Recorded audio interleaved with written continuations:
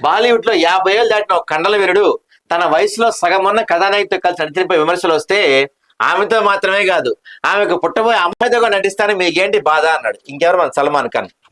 5 పదుల వయసు దాటినా అతడిలో ముసలి లక్షణాలు కనపడవు. 30 ఏళ్లకే తెల్ల వెంట్రుకలు అవ్వటం మొదలై 4 పదుల వయసు ముఖం చర్మం బిగుతు కోల్పోయి 50 ఏళ్లకు ముసలిలో కనిపించే మనలాంటి వాళ్ళకి ఆయనకి తేడా ఏంటంటే అదే.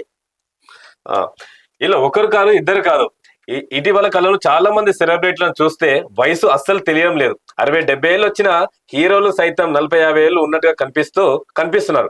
మమ్మీ అంటూ పిల్లలు అలిగనం చేసుకునే వరకు చేసుకునే వాళ్ళకి తెలియదు. తెలియదంట. అదేదో వచ్చేది కదా ఏడప్పుడు సంతూర్ మమ్మీ యాడ్ వచ్చేది కదా అలా ఉంటారండి పరిస్థితి. ఇదిగో ఇది చూడండి.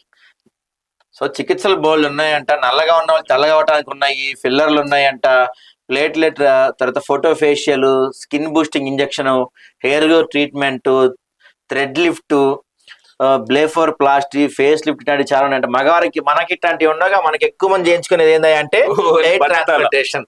మనోళ్ళు మన మన మగవాళ్ళు కొంత ఆస్తి పోయినా లవర్ పోయినా పెద్దగా పట్టించుకోరు, కానీ ఈ జుట్టు పోతే మాత్రం ఖచ్చితంగా పట్టించుకుంటున్నారు. సో ఇవి మనకు వచ్చినాయి. చూద్దాం మరి వీటి వల్ల అయితే వీటి వల్ల ఎంత ఉపయోగం అంటే అంత అర్థాలు కూడా ఉంటాయంట.